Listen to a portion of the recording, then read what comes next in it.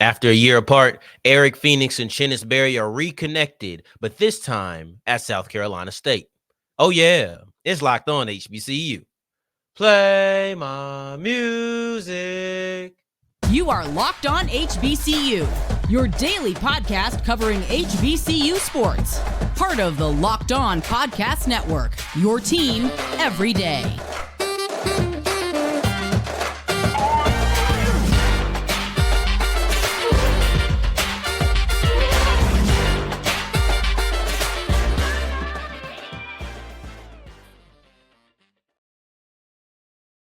What's going on, family? Welcome back to another episode of the Locked On HBCU podcast, your number one daily one-stop shop for everything HBCU athletics, Monday through Friday, part of the Locked On Podcast Network, your team every day. And I, of course, am Darian Gray, a.k.a. the Mouth of the South, Texas Southern alum and former TSU Herald sports editor and current contributing writer at USA Today's Saints Wire.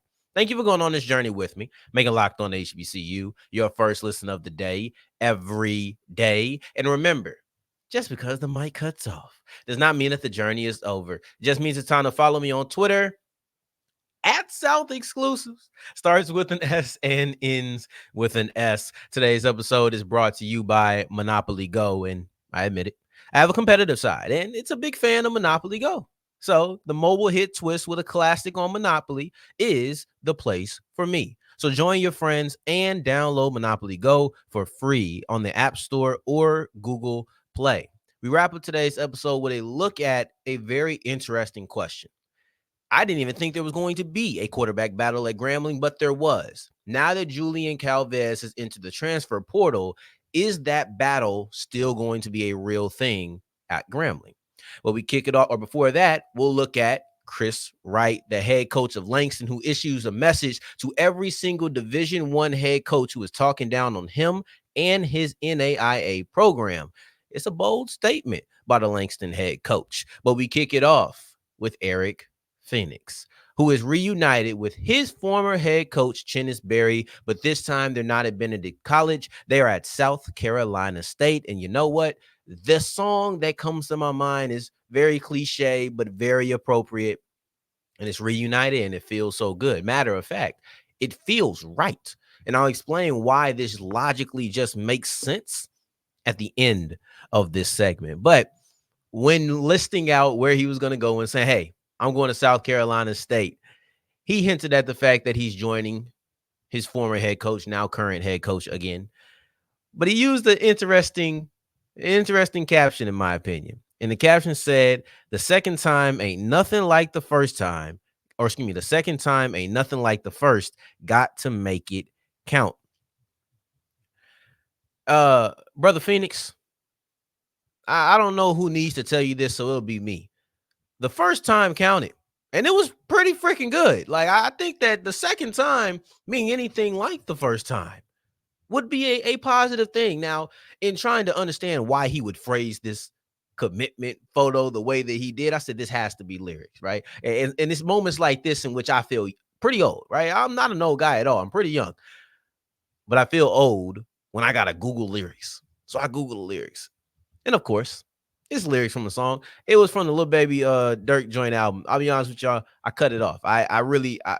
It wasn't my cup of tea, so I never made it to this song, apparently. And if I did, none of the songs I listened to made an impression. But that's where this lyric is from.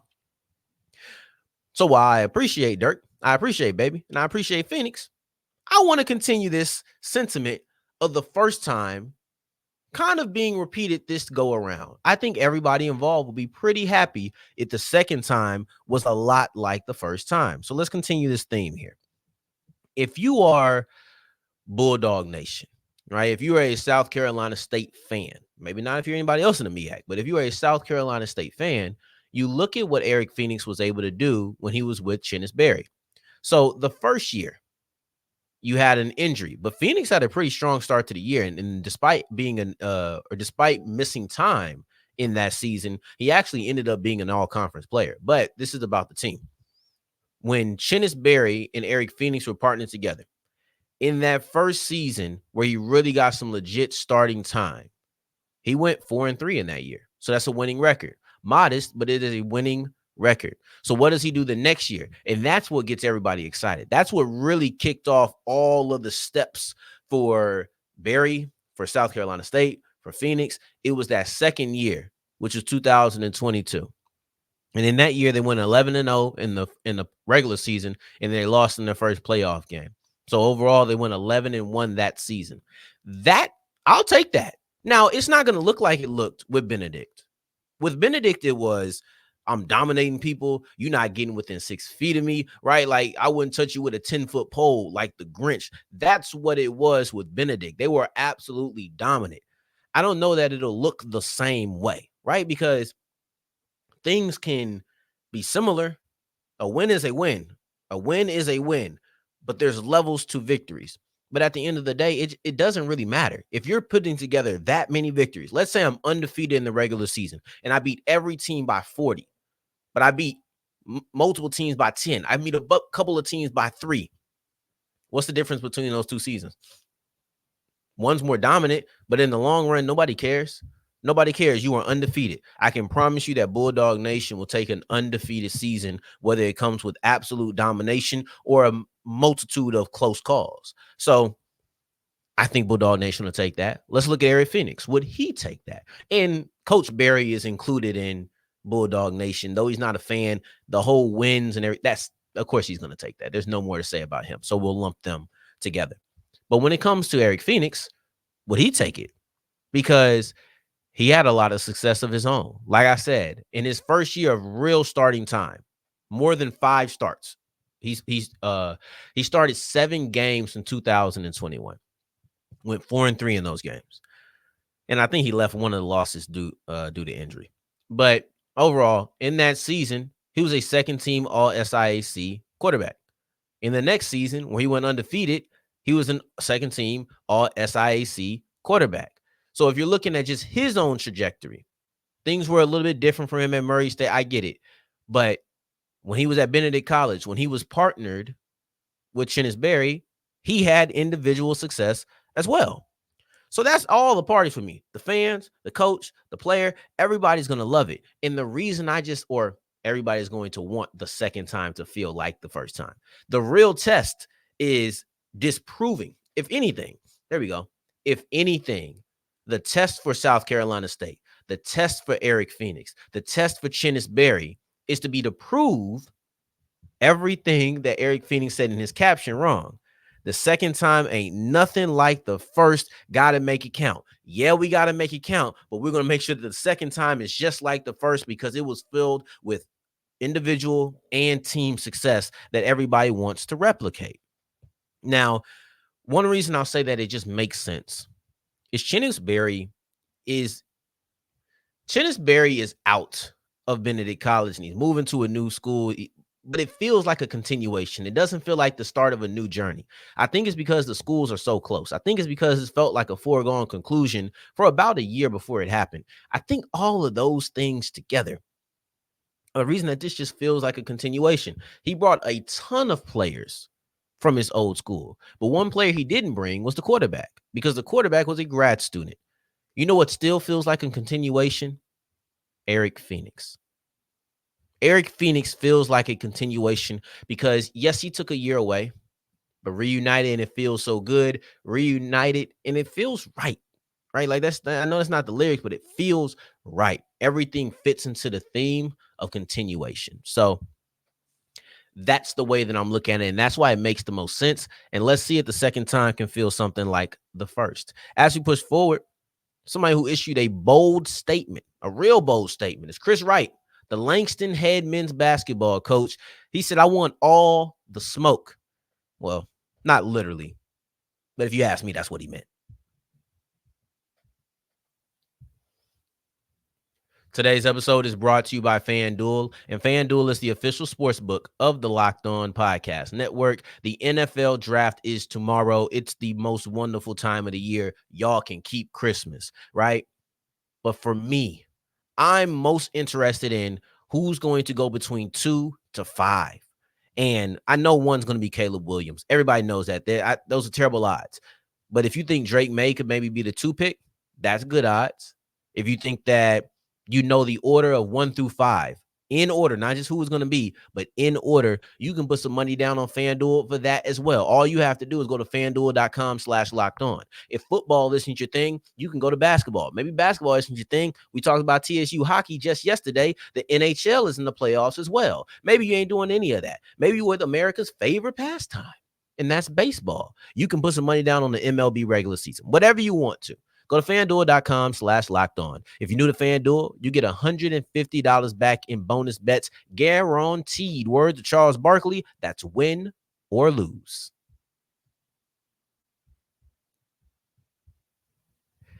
As we continue rolling on today's episode of Locked On HBCU, I appreciate you for making this your first listen of the day every day. It's only Wednesday. You still have another day and a half to check out the Locked On NFL mock draft. Now, you weren't able to catch it live. That's okay. We broke it down into 6-episode installments, and you can go to the Locked On NFL Draft YouTube page or audio podcast to be able to check that out. Trust me, I enjoyed it. I got on the phone with my guy Ross, and we talked about the picks. So I want you to go check that out as well. Now, with that being said, Chris Wright has just issued a statement to every single Division I head coach. The reason I say that is because he ain't put a name on it. He didn't, which tells me this is a general statement, which tells me his statement applies to many people, not just I'm talking to everybody, but there's multiple people who have done it. Enough people who have done it. Okay, I'm going to issue this statement. I have to say something about this. That's the way that I look at it. But the statement is, I want smoke. That's the statement. I'm not ducking any smoke. I'm not running from any smoke. Matter of fact, I'm begging you to bring the smoke to my front door. But you know what? Let me read to you what Langston men's basketball head coach Chris Wright said, because on 420 of all days, he said, hey, I may be on the NAIA level, but I want smoke. And I quote, now we're getting to his actual words. Funny how Division I schools are telling guys that we are both recruiting. Quote, why would you want to go to an NAIA? You are too good to go there. To those schools, since we are just an NAIA, put us on your schedule. We will come play for no money. Thank you, Mr. Wright, because I think just repeatedly telling people that you're not ducking smoke, it doesn't hit the same. I was watching something on Instagram the other day, and they were like, how you describe your job when you're at work versus how you describe your job when you are talking to your friends. Chris Wright on Twitter, he says, you know what, since we're just an NAIA, how about you come play us? We'll play you for no money. But me, when I get to my friends, I'm telling them they was talking down. They was talking about how my back thought it would never get to me. And now I want smoke, point blank, period. And you know what? I agree with Coach Wright. Whether you want to phrase it eloquently or whether you want to put it quite bluntly, I agree with the sentiment. Because at the end of the day, those coaches doing what Coach Wright is accusing them of are weak. That is a weak tactic.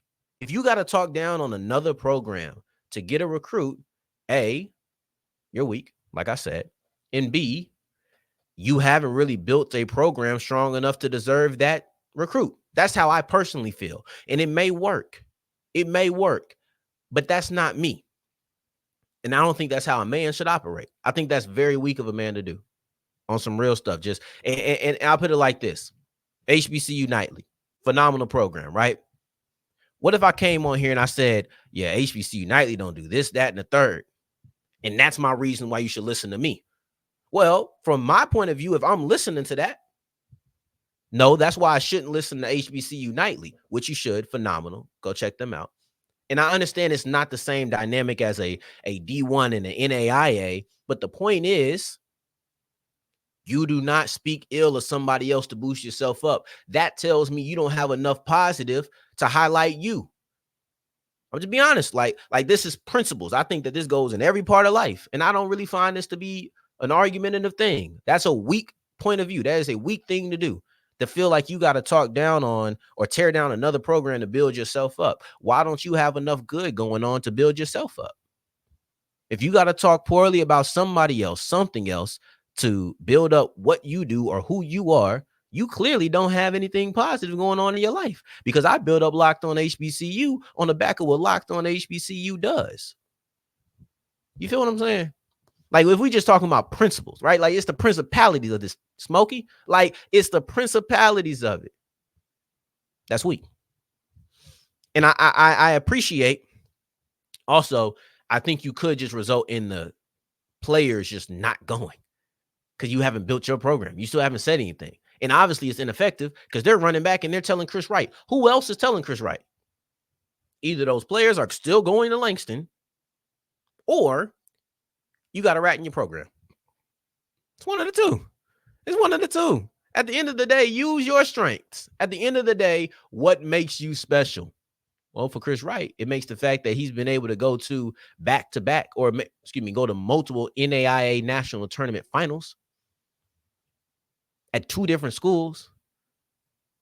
Broke a 3-decade drought of all HBCUs, and he's brought two HBCUs, 2 different ones. I think he has a lot to say. And you know what? I think there's a difference between, hey, that school doesn't have the availability for you. We're better suited at shooting guard for you to be able to play immediately. That's different. That's not tearing a program down. But if you got to tear a program down this week. And then I like the fact that Wright took it a step farther. He says, you know what? Since we're just the NAIA, since we're just a little fish, since we don't deserve these recruits, how about you take whoever you do recruit? I take whoever I do recruit, and we meet up on this court. And I don't need any money for it. When he said I don't need no money for it, that's when I told you I want smoke. Let me give you a little bit of a story about me. Now we pieced it up or whatever. We won't talk anymore. But there was this guy in high school that we used to be cool. Something happened, and now we had tension. And I wanted to fight, right? And it just reached a point where I was like, you know what? We need to fight it out, period. I don't care what happened. We need to fight it out because you need to come see me after what you did. And it was just principle. I didn't care what happened. I didn't care what it was. Like, I didn't care what the results of it were. That's kind of what I get from Coach Wright. Because when I reached that point, I was mad enough to where, I ain't even going to go into it, but I was upset enough to where I was ready to push that. For him, he's pushing this. I don't need no money. I don't know if he has the power to do that or whatnot, but it's the tone of, I'm tired of it. That's why I don't think it's just one person. I think it's multiple players who have come in and said this, because you have to be pushed to a certain limit. And that's the point I was trying to make. Not that I'm some sort of tough guy. I'm a nice kid, but like, it's the point that you have to be pushed to a point, and he's at this point. And now he's saying, I'll play you. I don't need no money. And I'm issuing the challenge. They have to approach him, because I would assume that with these money games, even I know he's saying he's not going to accept the money, but with these money games, I'm assuming that it goes bigger school approaches smaller school, says we'll pay this much, smaller school either accepts or denies. And as the NAIA, he can issue the challenge all he wants, but he still has to be approached. I love it, though. I love the attitude. I love the approach. I love the fact that he said, I'm not backing down from anything. I will play you. And they've been a quality enough team to play somebody. So I appreciate that. I appreciate that from him. Like, I appreciate you. You already know, but we got one more segment, so let's keep rolling. I want to look at the possible QB battle. There's only one quarterback really there, but it sounds like Coach Joseph wants to bring another quarterback to Grambling. I really want to break down what's going on with Grambling at the quarterback position as we continue with Locked On HBCU. Today's episode has been brought to you by Monopoly Go. And I've been told I'm a competitive person. And you know what? I'm tired of denying it. Because when I play Monopoly Go, there is no denying it. It really does scratch my competitive itch and allows me to be like I hate that freaking word. It allows me to relax. It allows me to relax in all my other parts of my life. And I'm sure you've heard of Monopoly Go. Over 150 million people have downloaded it. And it's a great twist on Monopoly, the classic, but allows you to be a little bit more mobile with it. The best part of this is messing with my friends, because yeah, I can see who the leaderboards are and who's the tycoons and our biggest Monopoly, the biggest Monopoly tycoon. But then also I can go rob their vault to the riches for myself. It's a competition that puts a nice twist on just you landing on my property. So it's not just my competitive side. I love it because it's also a little bit of just fun nice trash talk. We just kind of chill or whatever. So it's very fun for me. And you can team up with your friends. You don't have to just go attack their riches. You can team up and build your money together. So download Monopoly Go for free on the App Store or Google Play. So go ahead and download Monopoly Go on App Store or Google Play. Today's episode is also brought to you by Gametime. And Gametime is the number one place for all of your ticket deals. I know I have to go to a Texas Rangers game at some point, either in the summer, the spring. I have to go out there, man. It's the defending World Series champions, right? I have to go visit them. I'm going to make sure that I get my tickets on Gametime, because the thing about Gametime that I love is they allow me to see where I'll be looking prior to actually buying my ticket. And then also, let's say that I find a better ticket price elsewhere after I buy my ticket on Gametime. They'll give me back 110% on the difference. So not only am I getting a lesser price ticket, I'm also getting more money in my pocket. So I'm going to actually end up with a couple of extra dollars. Like it's basically like a coupon of sorts. So that's how confident that they are that you won't find a better ticket price in the same section and row as the ticket you buy on Gametime. And it's not just sporting events. It's also things like comedy, plays, theaters, everything. So go ahead and download the Gametime app, use the code LOCKEDONCollege, and get $20 off your first purchase. As we're wrapping up today's episode of Locked On HBCU, I appreciate you for making this your first listen of the day, every day, making it all the way to segment 3. And I thank you 2 times for that. Thank you. Thank you. Let's look at Grambling. And if you felt like I was a bit hesitant when trying to preview what this topic is going to be about, that's because I'm a bit hesitant about Grambling's quarterback situation in general. I know that there's been a new wrench in the plan, which is Julian Calvez entering the transfer portal. He was in a competition in a QB battle with Myles Crawley. One would say Calvez's entrance into the portal means that it's no longer going to happen. Yeah, between Crawley and Calvez, but it sounds like Mickey Joseph wants to bring in more talent for a competition. It sounded like he wanted to do that before Calvez entered the portal. So it's just a lot of confusion because I don't feel like this ever needed to happen.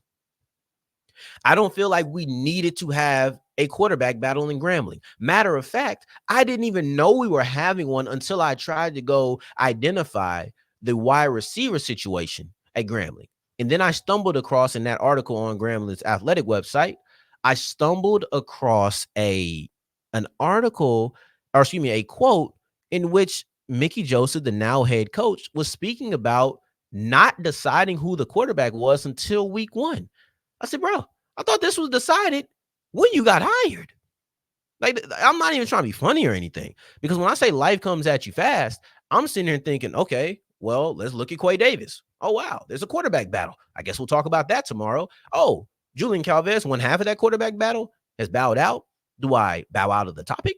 No, because I remember the quote in which Coach Joseph begins to speak about the quarterback situation as if it's fluid and it's more than just 2 guys, and that he wants to bring in more people. I don't know. This is what he said. I like where Myles and Julian are at right now. Excuse me, because Julian is going to be a part of this conversation, even though he hit the portal. This was obviously before that. I like where Myles and Julian are at right now. We're definitely going to bring in another quarterback out of the portal. We're looking for someone that's going to take care of the football and make good decisions. Coach speak, whatever. Let's continue. But I won't make a decision on a starter until the week of the Lafayette game, because I think we need to continue to feed them the system and see how much we can trust them. You've got to be able to trust your quarterback. You've got to be able to make good decisions and take care of the football. If you don't do that, then I can't play you.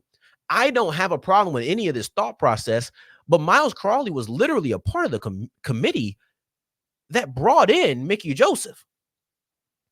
I have absolutely no problem with Mickey Joseph saying that he wants to bring in the best quarterback, but I can't take it to coach speak, because why would it be coach speak? Myles Crawley was already there, second in the SWAC in yards, second in the SWAC in touchdowns. So when I hear things like, we just want people to make good decisions, we got to be able to trust your quarterback, I get that, because all coaches say that. But coaches who already know who their quarterback is going to be don't say that. And when Myles Crawley is your quarterback, there was no need to give me coach speak. Nobody was going to look at Mickey Joseph any differently if he came in and said, that's our quarterback. Like I said, Myles Crawley was a part of the committee that vetted who the coach is going to be for Grambling. He's obviously a valuable asset to the Tigers. So why are we even going through this quarterback battle? It's very surprising to me. But you know what? Though I don't believe there should have been a quarterback battle, there was. And Julian Calvez, he bowed out. And I don't think that means that I don't think that means that Crawley has it. I think Crawley always had the lead. I just think it's just a confirmation that he has the lead, and he'll have the lead over whoever they bring in the transfer portal. But when it was Crawley and Calvez, there was still somebody in the portal who was going to be on the way. It just seems as if Mickey Joseph is not as satisfied about the quarterback situation as I am. Maybe he's of the mind that iron sharpens iron. I don't think you always have to pull iron out though to sharpen the iron. Like sometimes you just know who your guy is and you find other ways to test him. But I'm not a coach. I'm not a coach. I'm just giving you my confused point of view on what's going on, because to me, all of this felt unnecessary, but I think it's all going to result in the same thing. Week 1, Grambling versus Lafayette. Myles Crawley starting at quarterback. Just taking a long way. When I open up ways, I can take the way that has the least time. I can take the way that has the least distance. I just get to choose how I want to. Or I can take the longer route with the longer distance because I want to go the scenic route. Sometimes you take the highway, sometimes you take the streets. One's going to take you longer, but they both going to get you to the same place. That's how I look at it. So I appreciate you. Hopefully every road you take, street, highway, long distance, short route, don't matter, leads you back to Locked On HBCU. Because tomorrow we have the segment of the week, or the show of the week, that I'm the most excited for. I'm bringing my guy, Coach Gerald Huggins, on, and we're going to break down some of these HBCU draft prospects. Monday, we talked about it. Tuesday, Wednesday, we got away. Thursday, Friday, we're all the way draft. If anything happens after today, we'll worry about it next week. So I appreciate you for making this your first listen of the day every day. Come get right with the draft with me. Until the next time that we hear each other, family, and you hear Coach G too. Take care. Stay blessed. Peace.